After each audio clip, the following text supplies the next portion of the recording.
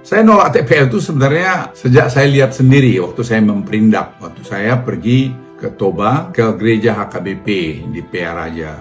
Saya lewat TPL, saya lihat ada demo. Nah, terus pembantu saya bilang, ini demo mengenai Indorayon. Apa itu Indorayon? Nah, mereka bilang itu bubur untuk bikin kertas. Nah, mereka beli kayu dari rakyat. Jadi rakyat tuh yang motongin aja hutan situ. Terus saya minta mobilnya berhenti. Mereka bilang, jangan Pak, ini mereka rusuh. Enggak, berhenti. Saya turun, saya tanya sama rakyat itu, apa yang terjadi? Ini merusak lingkungan Pak. Air ke Danau Toba juga. Terus kemudian bau juga. Kemudian potongan kayu juga dan sebagainya. Jadi Anda bayangin tahun 2001 saja, 2001 saja, rakyat itu sudah paham mengenai lingkungan. Nah, waktu zamannya Gus Dur, itu saya usulkan langsung setelah pulang dari situ. Jadi kita suspend aja, kita tutup aja. Waktu itu banyaklah rame bahwa ekonomi juga tidak baik, sehingga waktu itu sempat, kalau saya nggak keliru, itu ditutup sementara. Tapi perjalanan waktu itu dibuka lagi karena lobbynya itu luar biasa, sehingga bukalah itu. Dan situlah menurut saya pemotongan kayu, kalau diurut nanti foto satelit kan bisa dilihat betapa zaman itu sebenarnya kerusakan yang paling besar hutan di Tapanuli adalah karena TPL ini, Indorayon ini. Jadi menurut saya nggak ada gunanya itu lagi Toba Pulp di situ. Dan Toba Pulp itu sudah cukup itu.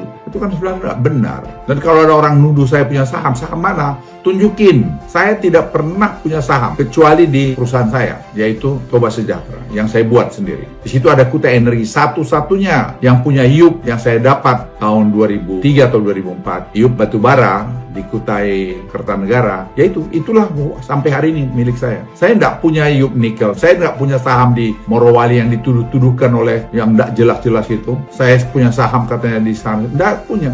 Tunjukin, bawa kemari. Saya maaf agak jengkel ini karena menurut saya udah menyangkut dignity, menyangkut harga diri. Saya nggak ada, saya tidak pernah mau memiliki saham-saham IUP nikel yang semua di bawah kekuasaan saya waktu saya jadi Menko Marves.